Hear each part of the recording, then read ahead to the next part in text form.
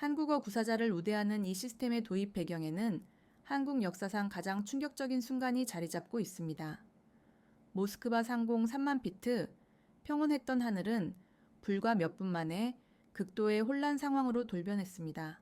지상의 기록적인 폭염이 성층권까지 영향을 미치면서 갑작스럽게 시스템 과열 경고 신호가 발생했고 조종실 계기판들이 차례로 기능을 상실하기 시작했습니다. 300명의 생명을 태운 에로플로트 583편은 추락 직전의 위기에 놓여 있었습니다. 하지만 진정한 충격은 그 이후의 상황에서 비롯되었습니다. 저는 러시아 에로플로트 항공에 재직 중인 객실 승무원 엘레나 페트로바입니다. 오늘 여러분께 전해드릴 이야기는 제 개인의 삶뿐만 아니라 우리 항공사 전체의 운명을 바꾼 경이로운 경험입니다. 그날은 모스크바 저녁이 붉은 안개에 휩싸였던 날로 기온이 섭씨 40도까지 치솟은 역사상 최악의 폭염이었습니다. 도모데도보 공항으로 향하는 길에 택시 운전사는 오늘처럼 뜨거운 날에 비행기를 타는 것은 처음 본다. 활주로 아스팔트가 너무 뜨거워 타이어가 미끄러진다고 하더라. 라고 제게 우려를 표했습니다. 저는 5년차 국제선 승무원으로서 수많은 악천후를 경험했기에 처음에는 크게 염려하지 않았습니다. 그러나 공항에 도착하여 목격한 광경은 결코 평범하지 않았습니다. 지독한 열기로 인해 멀리 떨어진 비행기들이 신기루처럼 아른거렸고 지상 직원들은 얼음 조끼를 착용하고 업무를 수행하고 있었습니다. 브리핑실에 들어섰을 때 베테랑인 이고르 기장님의 표정은 경직되어 있었습니다. 30년 경력의 숙련된 전문가인 기장님이 이토록 걱정스러운 표정을 짓는 것을 본 것은 처음이었습니다. 기장님은 오늘 비행은 특별히 주의해야 합니다. 이 폭염이 전자장비에 미칠 영향을 예측할 수 없습니다. 특히 뉴욕 역시 섭씨 38도에 달한다고 하니 착륙 시점까지 긴장의 끈을 놓아서는 안 됩니다. 라고 강조했습니다. 드미트리 부기장은 게다가 북대서양 상공의 기온도 평소보다 높아 제트 기류가 불안정하여 난기류가 심할 것으로 예상됩니다. 라고 덧붙였습니다. 곧이어 승객 탑승이 시작되었습니다. 300여 명의 승객 중에는 다양한 국적의 사람들이 포함되어 있었는데 특히 한국인 단체 승객들이 눈에 띄었습니다. 후에 밝혀진 사실이지만 그들은 모스크바에서 개최된 국제 IT 박람회에 참석했던 한국 기업의 직원들이었습니다. 그중 한 가족이 제게 다가와 말을 건넸습니다. 40대 정도로 보이는 남성 이정민 씨가 유창한 러시아어로 승무원님, 오늘 날씨가 매우 더운데 비행에 문제는 없겠지요? 라고 물었습니다. 옆에 있던 그의 아내, 의사인 항혜은 씨는 영어로 저희 딸 혜은이가 처음 타는 국제선이라 염려가 됩니다. 라고 말했습니다. 12살 정도 되어 보이는 딸 혜은이는 호기심 가득한 눈빛으로 기내를 두리번거리고 있었습니다. 저는 미소를 지으며 걱정하지 마십시오. 저희 기장님은 최고의 실력자이시고 이 비행기는 최신 기종입니다. 무엇보다 한국산 독립 백업 시스템까지 장착되어 있어 2중, 3중으로 안전을 보장합니다.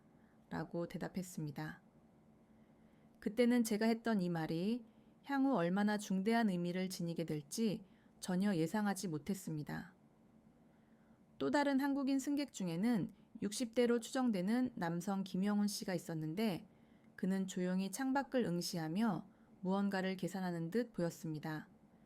나중에 알게 되었지만 그는 한국 항공우주 산업에서 은퇴한 숙련된 엔지니어였습니다. 그는 혼잣말처럼 이런 고온에서는 엔진 효율이 평소의 70% 수준밖에 나오지 않을 텐데 라고 중얼거렸습니다. 비즈니스석에는 젊은 한국인 그룹이 있었는데 모두 노트북을 펼쳐놓고 업무에 집중하고 있었습니다. 그들의 리더인 듯 보이는 청년 윤지환 씨는 동료들에게 시스템 점검을 한 번 더 완료하고 뉴욕 도착 직후 발표에 들어가야 하니 준비를 철저히 합시다. 라고 지시했습니다.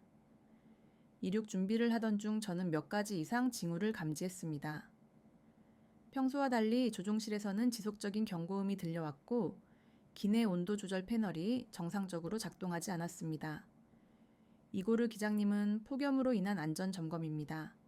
시스템 점검을 한 번 더 실시하겠습니다. 10분 정도 더 기다려 주시기 바랍니다. 라는 안내 방송을 내보냈습니다. 승객들 사이에서는 웅성거리는 소리가 들렸고 한 러시아 노부인은 물을 요청했으며 어린아이를 동반한 미국인 부부는 에어컨의 약한 성능에 대해 불평했습니다. 그때 아까 그 한국인 가족의 아버지인 이정민 씨가 일어나 주변 승객들에게 자신이 가져온 휴대용 선풍기를 나누어 주기 시작했습니다. 이거 한국에서 가져온 건데 필요하신 분들은 사용하세요. 이는 작은 친절이었지만 그 순간 기내의 분위기는 다소 완화되었습니다. 그러나 저는 알 수 없는 불안감을 떨쳐낼 수 없었습니다. 이륙 전에 이토록 많은 이상 신호가 나타난 것은 처음 겪는 일이었기 때문입니다. 마침내 이륙 허가가 떨어졌습니다. 엔진 소리는 평소보다 거칠게 느껴졌고 기체는 활주로를 따라 속도를 높이기 시작했습니다. 창밖으로 보이는 모스크바의 하늘은 마치 불타는 듯 붉은색이었습니다. 비행기가 하늘로 솟구치는 순간 저는 불길한 예감을 느꼈고 그 불안감은 곧 현실이 되었습니다. 이륙 직후부터 시작된 이상 징후들은 고도 3만 피트에 도달하면서 본격적으로 심화되었습니다. 가장 먼저 기내 온도 조절 시스템이 완전히 고장났습니다. 에어컨은 작동했지만 차가운 공기가 아닌 미지근한 바람만 배출되었습니다. 이코노미석 뒤쪽에서 한 러시아 노인이 승무원 여기 너무 더워요 라고 손을 흔들었습니다. 그의 얼굴은 새빨갛게 달아올라 있었고 옆에 앉은 노부인은 얕게 숨을 쉬고 있었습니다. 제가 달려가는 사이 이미 누군가가 그들을 돕고 있었습니다. 바로 아까 만났던 한국인 가족의 어머니 의사 한가은 씨였습니다. 그녀는 유창한 러시아어로 제가 의사입니다. 할머니 맥박이 너무 빠르시네요. 시원한 물과 얼음이 필요합니다. 라고 상황을 파악했습니다.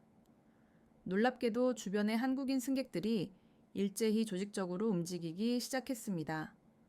누군가는 자신의 물병을 내어주었고 다른 사람은 기내 잡지로 부채질을 했습니다. 비즈니스석에 있던 젊은 한국인들도 자리에서 일어나 돕기 위해 왔습니다. 그들은 저희가 가진 쿨링 패치가 있습니다. 한국 제품인데 효과가 좋습니다. 라고 말했습니다. 그 와중에 조종실에서 드미트리 부기장이 심각한 표정으로 뛰쳐나왔습니다. 엘레나, 큰일 났어. 메인 컴퓨터 시스템에 과열 경고가 발생했네. 온도가 계속 상승하는데 냉각 시스템이 제대로 작동하지 않는다는 소식이었습니다. 설상가상으로 객실 전체에서 승객들의 불편 호소가 쇄도했습니다. 어린아이들이 울기 시작했고 몇몇 승객은 어지러움을 호소했습니다. 그때 은퇴한 항공 엔지니어 김영훈 씨가 조용히 다가왔습니다. 제가 30년간 항공기 정비 업무를 담당했습니다. 지금 증상을 미루어 짐작컨대 에비오닉스 베이의 냉각 시스템이 고장 난 것 같습니다. 확인해 보시겠습니까? 부기장은 반신반의하면서도 그를 따라갔습니다. 5분 후 드미트리 부기장이 창백한 얼굴로 돌아왔습니다. 저 한국인의 말이 맞았어. 메인 냉각팬이 완전히 정지했고 백업팬도 제 속도를 내지 못하고 있어. 그는 말을 끝맺지 못했지만 주요 전자 시스템이 과열되면 비행기 조종이 불가능해진다는 사실을 모두가 알고 있었습니다. 한국인 의사 한가은 씨는 러시아 노부부에게 응급처치를 시행하면서도 침착함을 잃지 않았습니다. 그녀의 딸 혜은이는 옆에서 할머니의 손을 잡고 러시아어로 동요를 불러드리고 있었는데 나중에 들으니 모스크바 국제학교에 다니면서 러시아어를 배웠다고 했습니다. 할머니, 곧 괜찮아지실 거예요. 제가 옆에 있을게요. 그 어린아이의 러시아어 발음이 너무나 정확해서 할머니가 놀라면서도 미소를 지었습니다. 비즈니스석의 한국 IT 전문가들은 노트북을 열어 뭔가를 확인하기 시작했습니다. 그중 팀장으로 보이는 청년이 비행기 와이파이를 통해 시스템 상태를 체크해 볼 수 있을 것 같습니다. 혹시 접근 권한을 받을 수 있을까요? 라고 요청했습니다. 평소라면 결코 받아들일 수 없는 요청이었지만 지금은 비상 상황이었습니다. 부기장이 기장님께 확인을 받고 돌아왔습니다. 기장님이 허락하셨습니다. 할 수 있는 모든 조치를 취해보라고 하십니다. 한국인 IT 전문가들은 노트북 화면에 복잡한 코드들을 띄우기 시작했습니다. 주변 승객들은 불안한 표정으로 그들을 지켜봤지만 한국인들의 표정은 진지하면서도 자신감에 차 있었습니다. 김영훈 씨가 그들과 합류했습니다. 시스템 로그를 보니 3번 서버룸 온도가 섭씨 78도까지 상승했네요. 이것은 정말 위험한 수준입니다. 김영훈 씨가 말했습니다. 제가 아는 한 가지 방법이 있습니다. 내부 공기 순환 시스템을 수동으로 조절하여 냉각 효율을 높이는 것입니다. 화물칸 구역의 차가운 공기를 위로 끌어올릴 수 있습니다. 부기장이 걱정스러운 목소리로 덧붙였습니다. 하지만 그러려면 누군가 화물칸 근처의 좁은 공간에 들어가야 하는데 놀랍게도 비즈니스석의 젊은 한국인 중 한 명인 윤지환 씨가 자원했습니다. 그는 저 예전에 공군 정비병 출신입니다. 좁은 공간 작업에 익숙합니다. 라고 말했습니다. 또 다른 한국인이 저도 함께 가겠습니다. 혼자서는 위험합니다. 라며 나섰습니다. 러시아 승객 중 한 명이 감동한 표정으로 당신들은 러시아 사람도 아닌데 왜 이렇게 위험을 감수하는 겁니까? 라고 물었습니다. 윤지환 씨는 담담하게 대답했습니다. 비행기에 탑승한 순간부터 우리는 모두 하나의 운명 공동체입니다.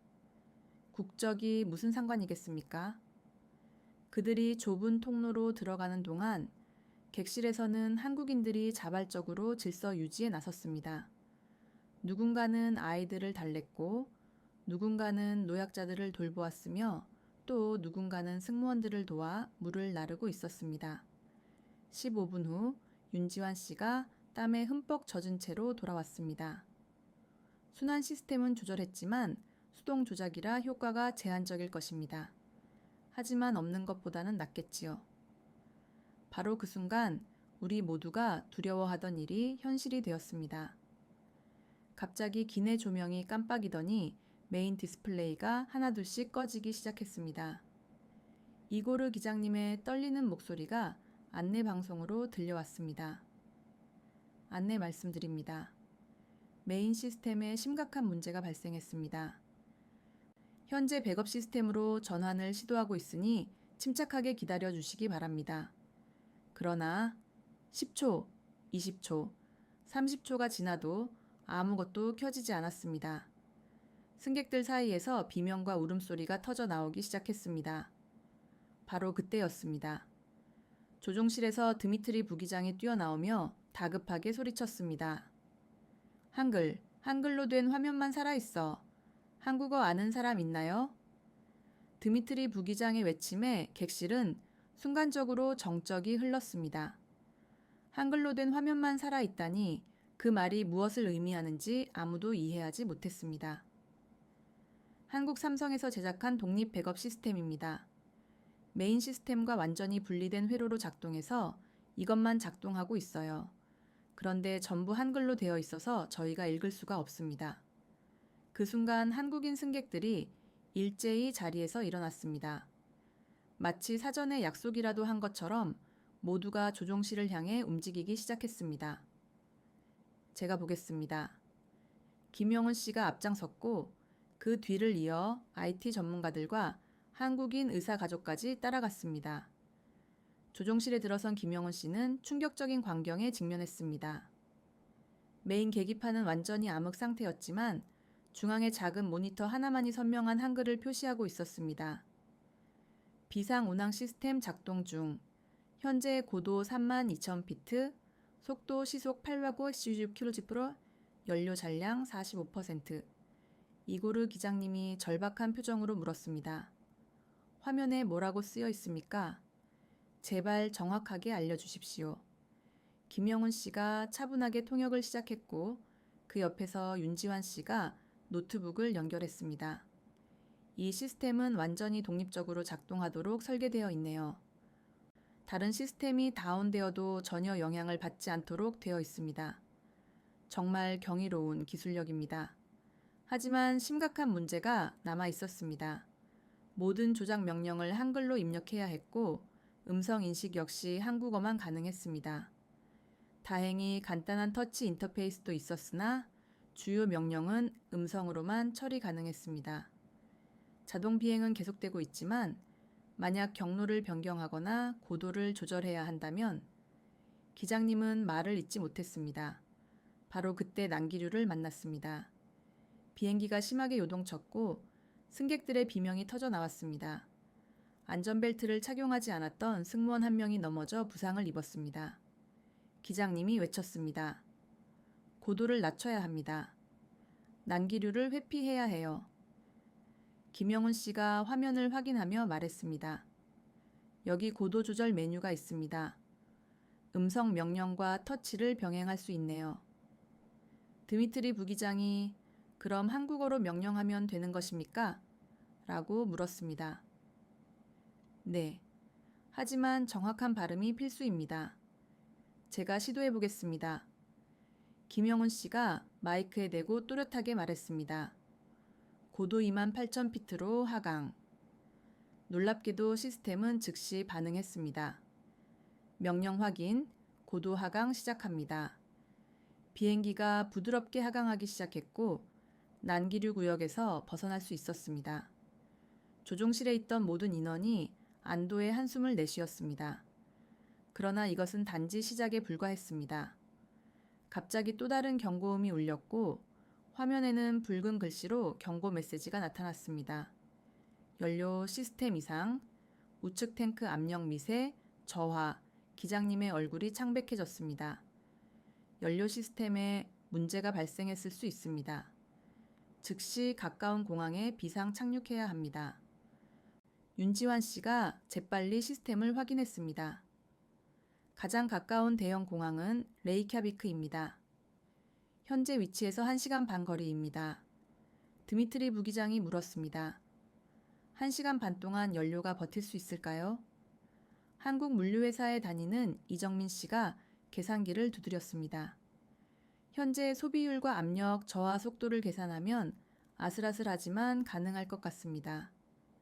단, 최적 고도와 속도를 유지해야 합니다. 기장님은 결단을 내렸습니다. 레이캬비크로 항로를 변경한다. 관제탑에 연락해야 하는데 강태준이 화면을 가리켰습니다. 여기 비상통신 메뉴가 있습니다. 이 백업 시스템에 내장된 독립통신 모듈이 있어서 직접 연결이 가능하다고 표시되어 있습니다. 그가 버튼을 누르자 잡음 속에서 영어 목소리가 들려왔습니다. 여기는 레이캬비크 관제탑입니다. 무엇을 도와드릴까요? 김영훈 씨가 영어로 상황을 설명했습니다. 에로플로트 5883편입니다. 주요 시스템 장애로 한글 백업 시스템만 작동 중입니다. 연료 시스템 이상이 감지되어 비상 착륙을 요청합니다. 관제탑의 응답은 놀라울 정도로 침착했습니다. 상황을 파악했습니다. 즉시 활주로를 비우겠습니다. 현재 기상은 양호하며 모든 비상팀을 대기시키겠습니다. 백업 시스템을 계속 사용하시고 실시간으로 상황 공유를 부탁드립니다. 이 대화를 듣고 있던 러시아 승무원들은 아이슬란드 관제탑의 신속한 대응에 놀라워했습니다. 하지만 상황은 계속 악화되었습니다. 객실 온도는 계속 상승했고 일부 승객들은 탈진 증상을 보이기 시작했습니다. 한국인 의사 한가은 씨가 분주하게 움직였습니다. 탈수 증상이 심각한 분들이 많습니다. 남은 물을 모두 모아서 노약자와 어린이부터 나누어 드려야 합니다. 놀랍게도 한국인 승객들이 자신들의 물병을 망설임 없이 모두 내놓았습니다. 심지어 비즈니스석의 젊은이들은 자신들이 마시던 물까지 양보했습니다. 저희는 젊은이 견딜 수 있습니다. 어르신들과 아이들 먼저 드세요. 러시아 할머니가 눈물을 흘리며 낯선 사람들이 이렇게 친절할 수가 라고 말했습니다. 그때 러시아 청년 몇 명도 일어섰습니다. 저희도 돕겠습니다. 한국 분들만 고생하실 수는 없죠. 그들은 함께 물을 나르고 환자를 돌보기 시작하며 국적을 초월한 협력이 시작되었습니다.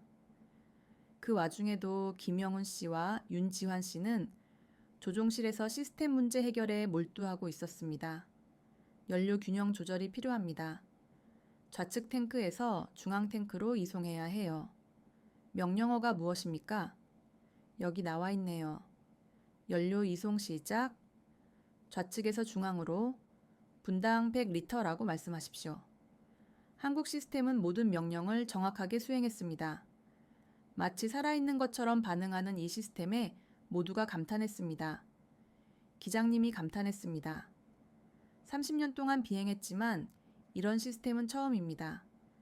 어떻게 이런 극한 상황에서도 완벽하게 작동할 수 있습니까? 윤지환 씨가 설명했습니다.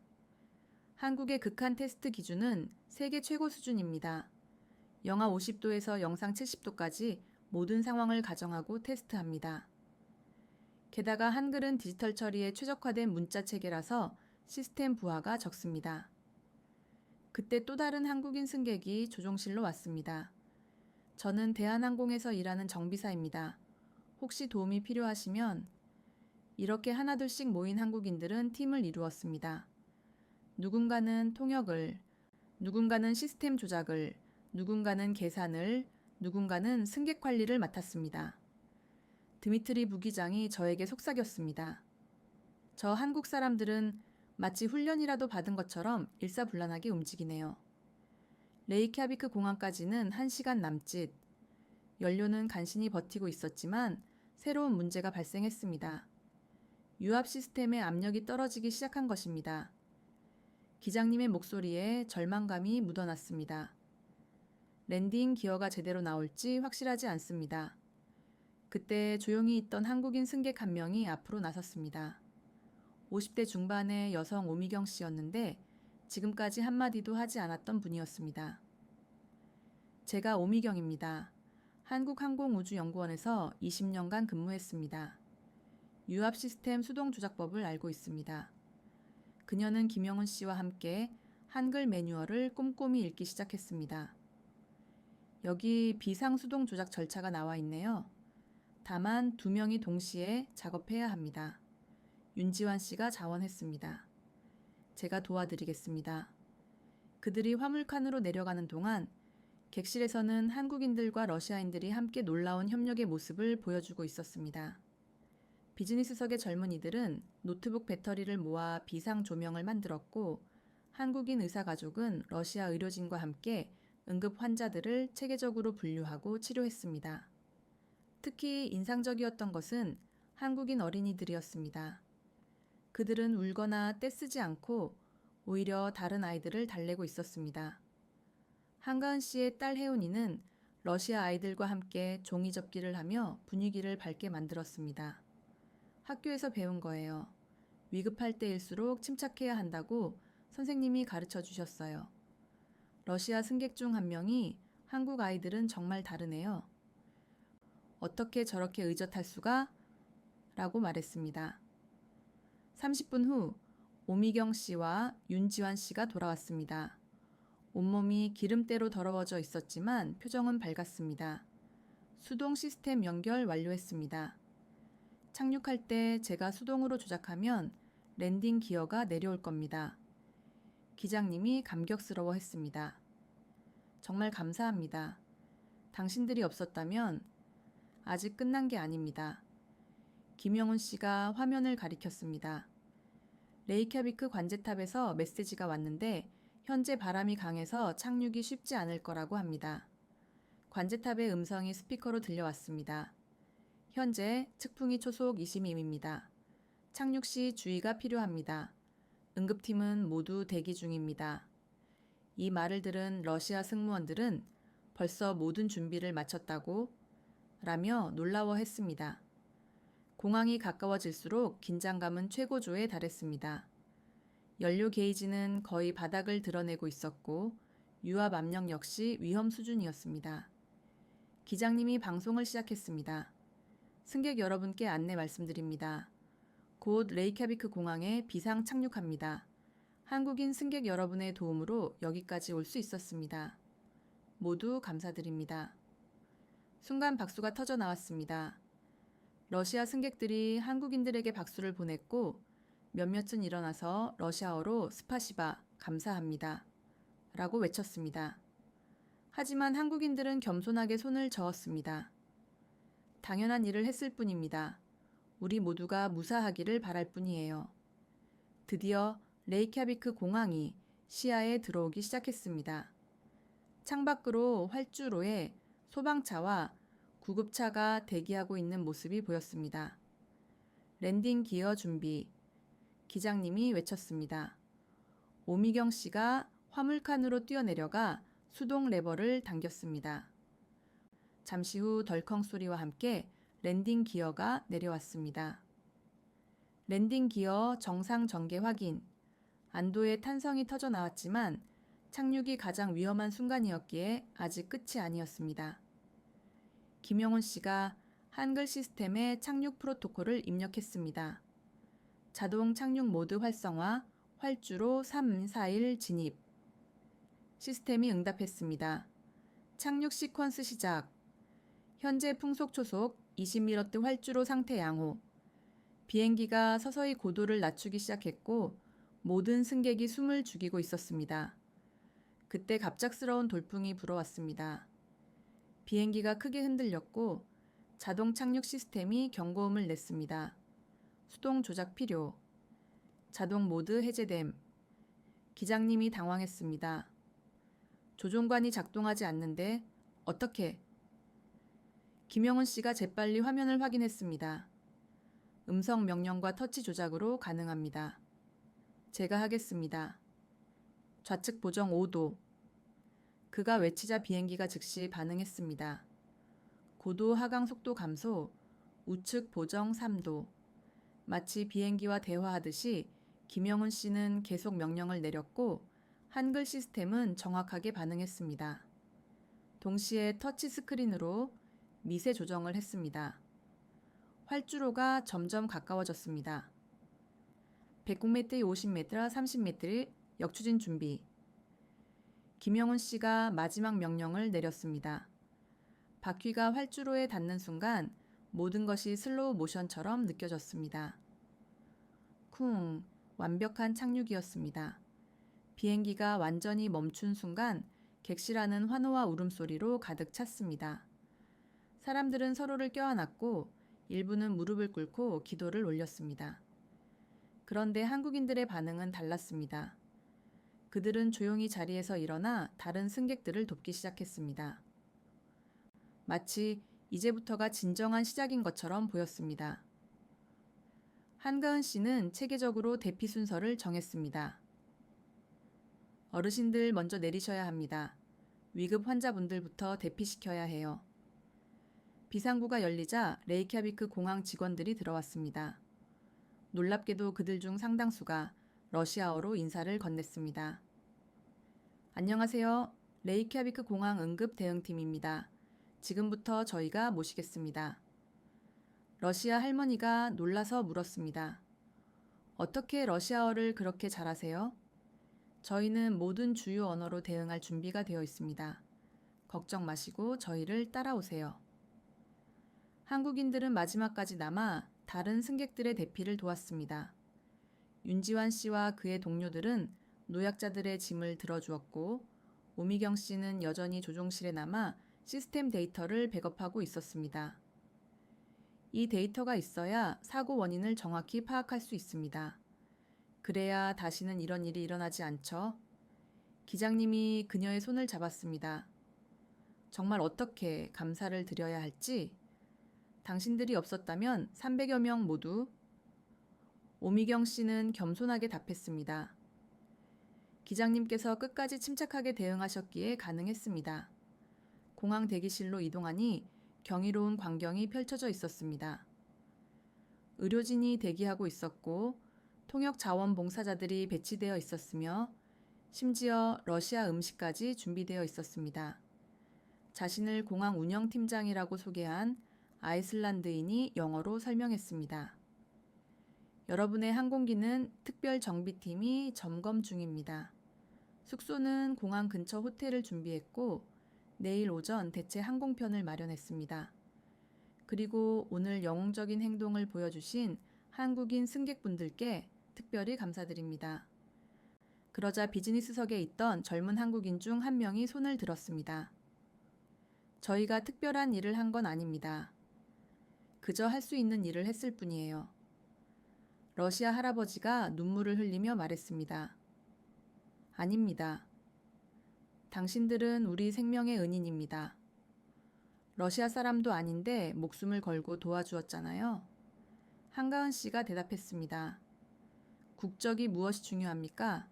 같은 하늘 아래에 있었고 같은 위험을 겪었습니다. 서로 돕는 것은 당연한 일이죠. 그때 러시아 언론 기자들이 도착했습니다. 그들은 한국인들을 인터뷰하려 했지만 모두가 사양했습니다. 우리보다 끝까지 자리를 지킨 기장님과 승무원들을 취재해 주세요. 대신 김영훈 씨가 한 가지만 언급했습니다. 이번 일로 한 가지 확실해진 것은 한글 시스템의 우수성입니다. 극한 상황에서도 작동한 유일한 시스템이었으니까요. 레이캬비크 공항은 한국인 승객들을 위한 특별한 배려를 준비했지만 그들은 모두 사양했습니다. 저희는 곧 한국으로 돌아갈 수 있으니 괜찮습니다. 러시아 승객분들을 더 신경 써주세요. 저녁 시간 공항이 마련한 만찬장에서 감동적인 행사가 일어났습니다. 러시아 승객들이 자발적으로 한국인들을 위한 감사 행사를 준비한 것입니다.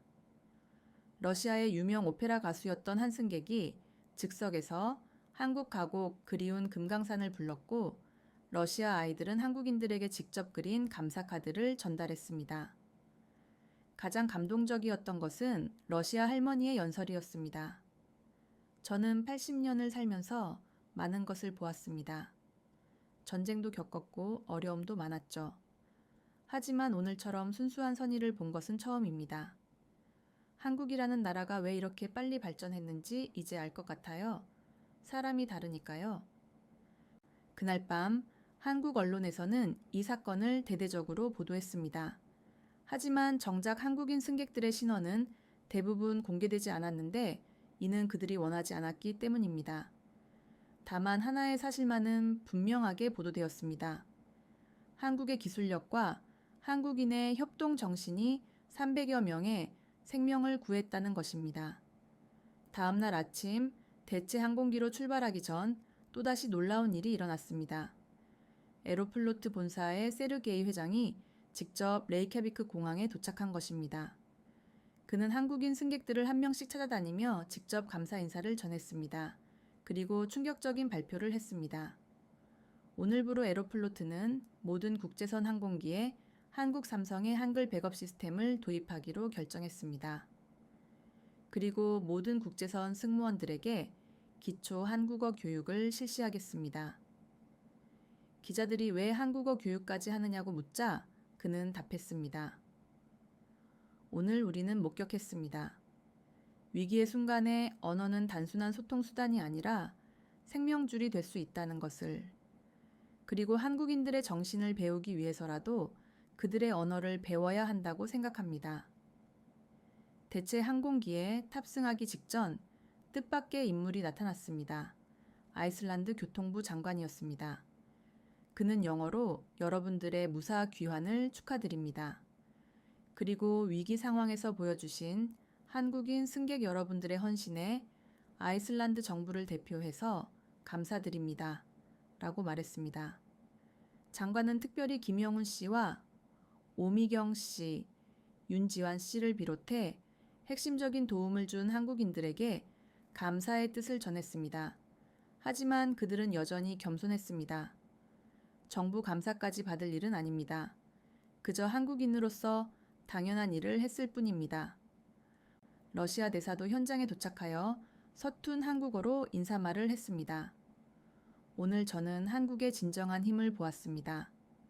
그것은 기술력도 대단하지만 무엇보다 위기에서 빛나는 한국인의 정신력이었습니다. 드디어 새 비행기에 탑승할 시간이 되었습니다. 이번에는 에로플로트와 아이슬란드 항공이 협의하여 마련한 아이슬란드 항공 특별기였습니다. 탑승구에서는 놀라운 광경이 펼쳐졌습니다. 레이캬비크 공항 직원 수십 명이 도열해서 러시아 승객들을 배웅하고 있었습니다.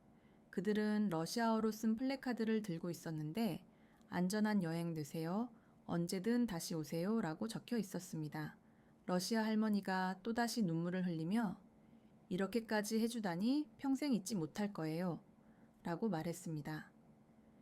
기내에서 더욱 놀라운 것을 발견했습니다. 모든 좌석에 작은 선물이 놓여 있었습니다.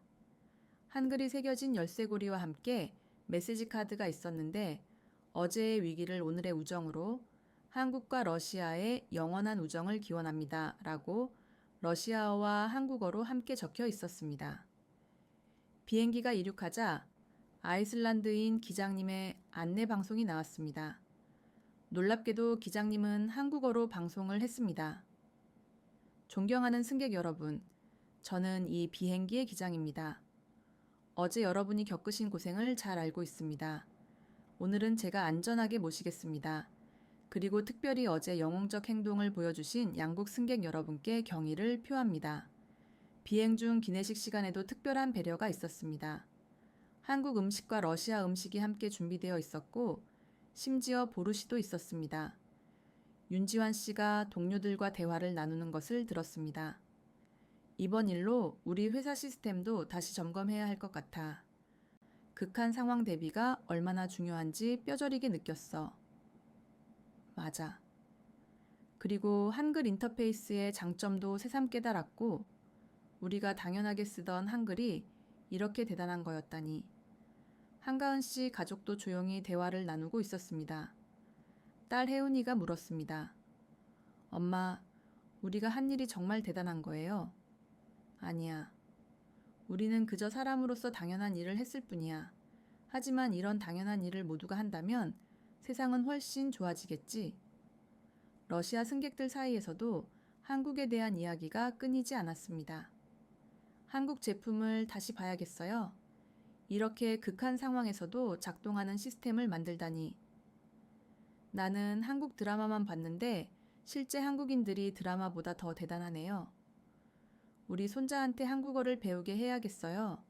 미래에는 한국어가 중요할 것 같아요. 뉴욕에 가까워질수록 이별의 아쉬움이 짙어졌습니다. 러시아 승객들은 한국인들과 연락처를 교환했고 꼭 다시 만나자고 약속했습니다. 뉴욕 JFK 공항에 도착했을 때 예상치 못한 환영이 기다리고 있었습니다. 수백 명의 취재진과 가족들이 대기하고 있었던 것입니다. 이번 사건은 이미 전 세계 언론의 주목을 받고 있었습니다. CNN, BBC, RT 등 주요 방송사들이 생중계를 하고 있었고 기적의 생還, 한국이 구한 300여 명, 한국인들의 영웅적 헌신 같은 헤드레인이 공항 전광판에 계속 떠올랐습니다. 비행기에서 내리자마자 기자들이 몰려들었습니다. 특히 한국인 승객들을 찾았지만 그들은 모두 조용히 뒤로 물러났습니다. 대신 이고르 기장님이 마이크를 잡았습니다. 저는 30년간 비행했지만 어제 같은 경험은 처음이었습니다. 주요 시스템들이 마비된 상황에서 유일하게 작동한 것은 한국의 한글 백업 시스템이었습니다. 그리고 그것을 작동시킨 것은 한국인 승객들이었습니다. 그는 잠시 말을 멈추고 감정을 추스렀습니다. 그들은 자신들의 안전은 뒤로 한 채 다른 승객들을 위해 헌신했습니다. 조종실에서 24시간 내내 통역하고 시스템을 조작하고 환자를 돌보고 저는 한국이라는 나라가 왜 전쟁의 폐허에서 선진국이 되었는지 알 것 같습니다. 러시아 할머니도 인터뷰에 응했습니다. 한국 젊은이들이 자신의 물까지 양보하면서 저희를 도왔어요. 처음 보는 사람들인데도요. 이런 친절은 평생 처음이었습니다. 미국 방송 진행자가 물었습니다. 한국인들의 어떤 점이 가장 인상적이었습니까? 할머니가 답했습니다. 그들의 겸손함이요. 영웅적인 일을 하고도 당연한 일이라고만 했어요. 이런 정신이 있기에 한국이 발전한 것 같아요. 한편 한국 언론과의 인터뷰에서 김영훈 씨가 짧게 말했습니다. 한국 시스템이 작동한 것은 기술의 승리입니다. 하지만 더 중요한 것은 위기에서 하나가 된 사람들의 마음이었습니다. 국적과 언어를 초월한 협력. 그것이 진짜 기적이었습니다. 공항을 나서면서 감동적인 작별 인사가 이어졌습니다. 러시아 승객들은 한국인들을 하나씩 껴안으며 감사를 표했습니다. 특히 러시아 할아버지는 윤지환 씨의 손을 꼭 잡고 말했습니다. 젊은이, 당신이 그 좁은 공간에 들어가서 순환 시스템을 조절하지 않았다면 우리는 모두 질식했을 거예요. 평생 잊지 않겠어. 윤지환 씨는 웃으며 답했습니다. 할아버지도 끝까지 침착하셨잖아요. 우리 모두가 영웅입니다. 오미경 씨는 러시아 어린이들과 작별 인사를 나누고 있었습니다. 사건 발생 일주일 후 놀라운 소식이 전해졌습니다. 러시아 정부가 이번 사건에 도움을 준 한국인들에게 러시아 연방우정훈장을 수여하기로 결정한 것입니다. 하지만 더 놀라운 것은 한국인들의 반응이었습니다. 그들 대부분이 훈장 수여를 정중히 거절했습니다. 저희는 상을 받으려고 한 일이 아닙니다. 이 대신 한 인간으로서 당연한 도리를 했을 뿐입니다. 대신 그들은 하나의 제안을 했습니다. 훈장 대신에 한러 청소년 교류 프로그램을 만들면 어떨까요? 미래 세대가 서로를 이해하고 협력하는 것이 더 중요합니다. 이 제안은 양국 정부의 적극적인 호응을 받았습니다. 한 달 후 한러 청소년 항공 우주 캠프가 창설되었고 첫 프로그램이 인천에서 시작되었습니다. 더욱 의미 있는 변화는 항공업계에서 일어났습니다. 국제민간항공기구 ICAO는 이번 사건을 계기로 새로운 안전 규정을 만들었습니다. 모든 국제선 항공기는 다중 언어 백업 시스템을 의무적으로 탑재해야 한다는 것이었으며 한글 시스템을 표준 사양 중 하나로 채택했습니다. 보잉과 에어버스는 한국 기업들과 협력하여 차세대 안전 시스템 개발에 착수했습니다. 프로젝트 이름은 프로젝트 한글이었습니다. 한편 에로플로트는 약속대로 전 직원 한국어 교육을 시작했습니다. 3개월 후 모스크바 에로플로트 본사를 방문할 기회가 있었는데 놀랍게도 모든 직원들이 간단한 한국어 인사를 할 수 있었습니다. 안녕하세요. 감사합니다. 도와드릴까요? 교육 담당자 올가는 이렇게 설명했습니다. 한국어는 배우기 쉬운 언어입니다. 특히 한글은 과학적이어서 러시아 사람들도 금방 읽을 수 있게 됩니다. 무엇보다 한국어를 배우면서 한국인들의 정신도 배우고 있습니다. 그녀는 교육 자료를 보여줬는데 놀랍게도 이번 사건에서 한국인들이 했던 말들이 예문으로 사용되고 있었습니다. 당연한 일을 했을 뿐입니다. 함께하면 해낼 수 있습니다. 위기는 기회가 될 수 있습니다. 이런 문장들을 러시아 직원들이 따라 읽고 있었습니다. 더 놀라운 것은 에로플로트의 신입 승무원 선발 기준이 바뀌었다는 것입니다. 이제는 한국어 능력이 가산점이 되었고 위기 상황 팀워크 평가가 추가되었습니다. 레이캬비크 공항도 큰 변화가 있었습니다. 다국어 비상대응 센터를 확대 개편하고 한국어 전문 직원을 대폭 늘렸습니다. 그리고 매년 7월 15일을 하늘의 우정의 날로 지정하여 이번 사건을 기념하기로 했습니다. 김영훈 씨는 은퇴를 철회하고 한국항공우주연구원에 자문으로 복귀했습니다. 그는 극한 상황 시스템 개발 프로젝트를 이끌게 되었는데 이번 일로 깨달았습니다. 기술은 결국 사람을 위한 것이어야 한다는 것을요. 아무리 좋은 시스템도 그것을 운영하는 사람의 마음이 없으면 소용없습니다. 라고 말했습니다. 오미경 씨는 항공안전 컨설턴트로 새로운 경력을 시작했습니다. 전 세계 항공사들이 그녀의 자문을 구했습니다. 윤지환 씨와 그의 팀은 회사에서 특별 프로젝트를 맡게 되었는데 글로벌 위기 대응 시스템 개발이었습니다. 이번에 한글 시스템이 살아남은 이유를 분석했더니 한글의 구조적 특성 때문이었어요.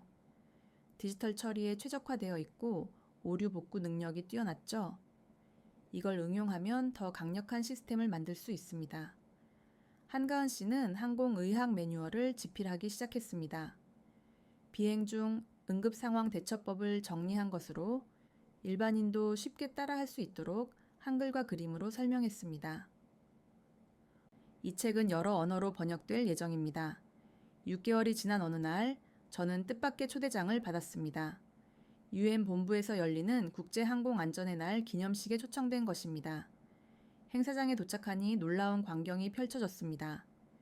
그날 비행기에 탑승했던 사람들이 전 세계에서 모여든 것입니다. 러시아 노부부, 미국인 가족, 그리고 한국인들까지. 유엔 사무총장이 개회사를 했습니다. 오늘 우리가 기념하는 것은 단순한 생존 스토리가 아닙니다. 인류의 승리이며 기술과 인간 정신의 조화입니다. 특히 한국인들이 보여준 헌신은 우리 모두에게 교훈을 줍니다. 순서에 따라 각국 대표들이 발언했습니다. 러시아 대표는 이번 사건으로 우리는 한국의 진정한 힘을 보았습니다. 그것은 첨단 기술력과 따뜻한 인간의 결합이었습니다. 라고 말했습니다. 미국 대표도 발언했습니다. 한국 시스템의 우수성은 이미 입증되었습니다. 이제 미국의 모든 항공기도 한국 백업 시스템을 도입할 예정입니다. 그런데 정작 한국 대표는 겸손하게 말했습니다. 우리는 특별한 일을 한 것이 아닙니다. 위기의 순간에 서로 돕는 것은 인간의 본능입니다. 다만 우리는 그 본능에 충실했을 뿐입니다. 행사 중 가장 감동적인 순간은 러시아 어린이들의 공연이었습니다. 그들은 한국어로 아리랑을 불렀는데 노래가 끝나자 장내는 눈물바다가 되었습니다. 이어서 깜짝 발표가 있었습니다. 국제항공운송협회 IATA가 스카이 히어로즈 어워드를 신설하고 첫 수상자로 이번 사건에 기여한 한국인들을 선정한 것입니다. 하지만 또다시 한국인들은 놀라운 반응을 보였습니다. 김영훈 씨가 대표로 나와 말했습니다. 이 상은 저희가 아니라 그날 비행기에 탔던 300여 명 모두가 받아야 합니다. 러시아 기장님의 침착한 리더십, 승무원들의 헌신, 그리고 끝까지 질서를 지킨 모든 승객들이 있었기에 가능했습니다. 그는 상금 전액을 국제항공 안전기금에 기부하겠다고 발표했습니다. 행사가 끝난 후 리셉션에서 많은 대화가 오갔습니다. 러시아 할머니가 한가은 씨를 찾아와 말했습니다. 그날 이후로 저는 매일 한국 뉴스를 봅니다. 한국이 어떤 나라인지 알고 싶어서요. 이제 알 것 같아요. 한국은 기적을 만드는 나라가 아니라 기적을 일상으로 만드는 나라예요. 이고르 기장님은 윤지환 씨와 포옹했습니다. 자네 덕분에 나는 이제 한국어를 조금 할 수 있네. 감사합니다. 괜찮습니다. 힘내세요. 이 세 마디만 알아도 충분하더군. 미국 언론사 기자가 오미경 씨에게 물었습니다. 한국인들은 왜 그렇게 겸손한가요? 영웅적인 일을 하고도 인정받기를 거부하는 이유가 뭔가요? 오미경 씨가 답했습니다. 한국에는 노블레스 오블리주와 비슷한 개념이 있어요. 높은 사람일수록 더 낮은 자세로 라는 말이죠. 그리고 우리는 개인보다 공동체를 중시합니다. 혼자 영웅이 되는 것보다 함께 살아남는 것이 더 중요하다고 배웠어요. 리셉션장 한쪽에서는 한국 기업들과 러시아 기업들의 비즈니스 미팅이 진행되고 있었습니다. 이번 사건을 계기로 양국 간 기술 협력이 대폭 확대된 것입니다. 특히 항공 안전 시스템 분야에서 한국 기업들의 기술력이 재평가받고 있었습니다. 한국 인터페이스의 장점을 이제 알았습니다. 직관적이고 오류가 적고 무엇보다 극한 상황에서도 안정적이네요. 1년 후 특별한 초청을 받았습니다.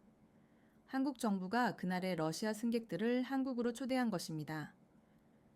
감사와 우정의 방문이라는 이름으로 인천공항에 도착한 우리를 놀라운 환영이 기다리고 있었습니다. 그날 우리를 도왔던 한국인들이 모두 나와 있었던 것입니다. 김영훈 씨, 오미경 씨, 윤지환 씨, 한가은 씨, 가족 모두가 환한 미소로 우리를 맞았습니다. 1년 만이네요. 모두 건강하셨죠? 러시아 할머니는 한가은 씨를 보자마자 울음을 터뜨렸습니다. 당신을 다시 보니 그날이 꿈이 아니었다는 걸 실감해요. 공항에서 나오자 서울의 모습이 펼쳐졌습니다. 깨끗한 거리, 질서정연한 교통, 그리고 친절한 사람들. 첫 일정은 청와대 방문이었습니다. 대통령이 직접 우리를 맞이했습니다. 여러분은 한국의 특별한 친구들입니다. 위기를 함께 극복한 경험은 어떤 외교보다 강력한 유대감을 만들죠. 대통령은 특별히 그날의 한국인들에게 국민 훈장을 수여했습니다. 이번에는 거절할 수 없었습니다. 이어서 삼성전자 연구소를 방문했습니다. 그들은 새로운 항공 안전 시스템을 시연했습니다. 이것이 차세대 한글 시스템입니다. 이번에는 음성뿐 아니라 제스처 인식도 가능하고 인공지능이 상황을 판단해서 자동으로 대응합니다.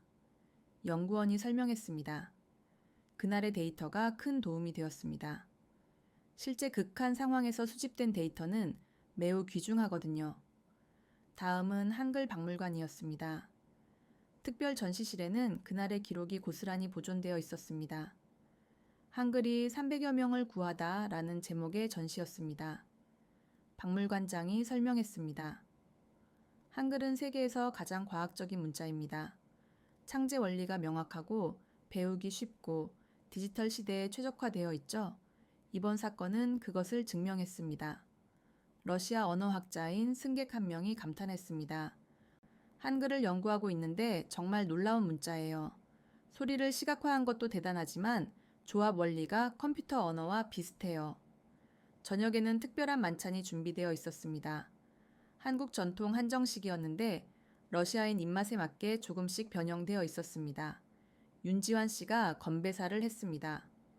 1년 전 우리는 위기 속에서 만났지만 이제는 친구로 만났습니다. 이것이 진정한 인연이 아닐까요? 만찬 중에 혜은이가 러시아 아이들과 다시 만났습니다. 놀랍게도 러시아 아이들이 한국어로 인사를 했습니다. 안녕하세요. 만나서 반가워요. 혜은이가 물었습니다. 한국어 배웠어요?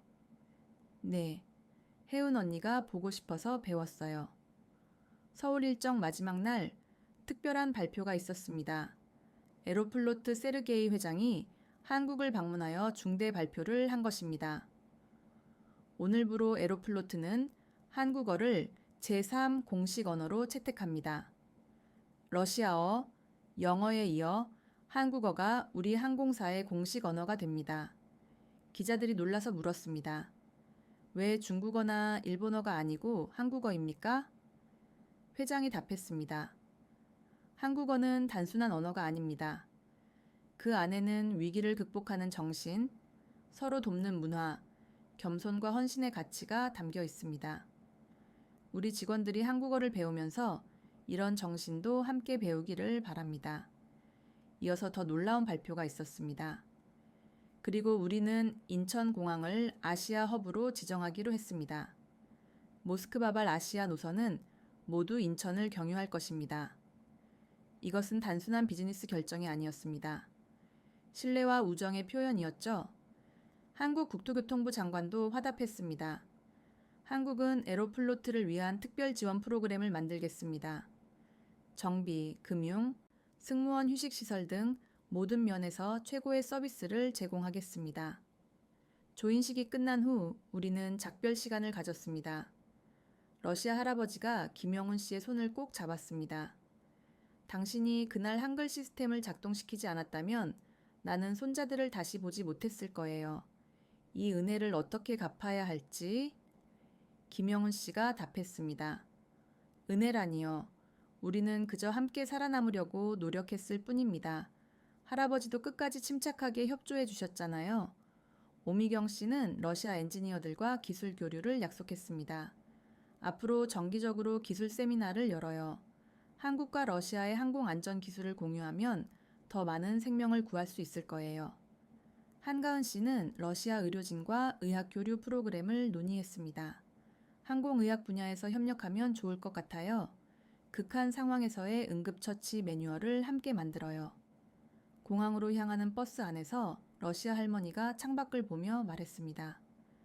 한국이 이렇게 아름다운 나라인 줄 몰랐어요. 건물도 멋있지만 사람들의 마음이 더 아름답네요.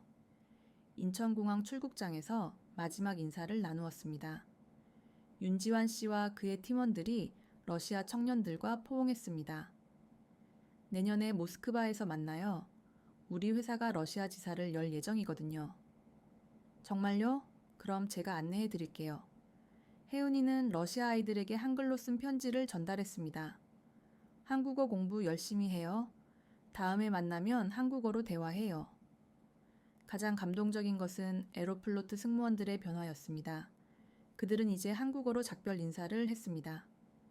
안녕히 가세요. 또 만나요. 발음은 서툴렀지만 진심이 담겨 있었습니다. 3개월 후 저는 다시 에로플로트 항공기에 탑승했습니다. 모스크바에서 베이징으로 가는 비행기였죠. 탑승하자마자 놀라운 변화를 발견했습니다. 모든 안내 방송이 러시아어, 영어, 그리고 한국어로 나오고 있었습니다. 안녕하세요. 에로플로트에 오신 것을 환영합니다. 더 놀라운 것은 승무원들이었습니다. 그들은 한국인 승객을 보자 한국어로 인사했습니다. 어서 오세요. 도와드릴까요? 옆자리에 앉은 러시아 비즈니스맨이 자랑스럽게 말했습니다. 우리 에로플로트가 달라졌죠? 이제 모든 국제선 승무원이 한국어 기초 과정을 이수해야 해요. 기내 안전 비디오도 바뀌어 있었습니다. 한글 자막이 함께 나오고 비상 시스템 설명에는 특별한 부분이 추가되어 있었습니다. 본 항공기는 한국 삼성 한글 백업 시스템을 탑재하고 있습니다. 비상시 한국어 구사 승객의 도움을 요청할 수 있습니다. 승무원 한 명이 다가와서 물었습니다. 혹시 한국어 하시나요? 네. 저는 그날 사건의 당사자예요. 엘레나입니다. 승무원의 눈이 휘둥그레졌습니다. 오, 당신이 그 유명한 엘레나. 저희 교육 자료에 당신 이야기가 나와요. 영웅을 만나다니? 영웅은 무슨요? 저는 그저 목격자였을 뿐이에요. 진짜 영웅들은 한국인 승객들이었죠. 그녀는 교육 매뉴얼을 보여줬습니다. 표지에는 한글로 함께하면 가능합니다. 라고 쓰여 있었습니다. 이게 우리의 새로운 모토예요. 한국인들에게 배운 거죠. 매뉴얼을 펼쳐보니 놀라운 내용들이 있었습니다. 위기 상황 시 협력의 중요성, 겸손한 리더십, 희생과 봉사의 정신 같은 챕터들이었으며 각 챕터마다 그날의 사례가 인용되어 있었습니다. 한국인 승객 윤지환 씨는 자신의 안전보다 전체의 생존을 우선시했다. 김영훈 씨의 침착한 대응은 패닉을 막는 데 결정적이었다. 한계은 씨 가족의 헌신적인 의료 지원은 기내식 시간이 되자 또 하나의 변화를 발견했습니다. 메뉴에 한국 음식이 추가되어 있었습니다. 비빔밥, 불고기, 그리고 김치까지. 승무원이 설명했습니다. 한국 음식은 이제 우리의 정식 메뉴예요. 특히 김치는 장거리 비행에 좋다고 해서 인기가 많아요. 옆자리 러시아인이 비빔밥을 주문하면서 말했습니다. 작년 그 사건 이후로 한국에 관심이 생겼어요. 한국 드라마도 보고 음식도 먹어보고 언어도 조금씩 배우고 있어요. 왜 그렇게까지 하시는 거죠? 그날 한국인들이 보여준 모습이 충격이었어요. 위기에서도 질서를 지키고 서로 돕고 끝까지 희망을 잃지 않는 모습, 그런 정신을 배우고 싶어요. 목적지에 도착할 무렵 기장 안내 방송이 나왔는데 놀랍게도 한국어로 먼저 시작했습니다. 승객 여러분, 안전한 비행에 협조해 주셔서 감사합니다. 그리고 러시아어와 영어가 이어졌죠. 비행기에서 내리면서 승무원들이 한국어로 배웅했습니다. 안녕히 가세요. 좋은 하루 되세요. 공항을 나서면서 생각했습니다. 1년 전 그날 단순히 300여 명의 생명만 구한 것이 아니었습니다. 두 나라 두 문화를 연결하는 다리가 만들어진 것이었죠. 지금 저는 모스크바 에로플로트 본사에서 한국어 교육팀장으로 일하고 있습니다. 매일 아침 수백 명의 직원들과 함께 한국어 수업을 시작합니다. 안녕하세요. 반갑습니다. 감사합니다. 이제는 익숙해진 인사말들이지만 그 의미는 여전히 특별합니다. 얼마 전 인천공항을 경유하는 비행이 있었습니다. 공항에 도착하자 깜짝 선물이 기다리고 있었습니다. 그날의 한국인들이 공항에 나와 있었던 것입니다. 엘레나 씨, 이제는 한국어 선생님이 되셨다면서요? 김영훈 씨가 반갑게 맞아주었습니다.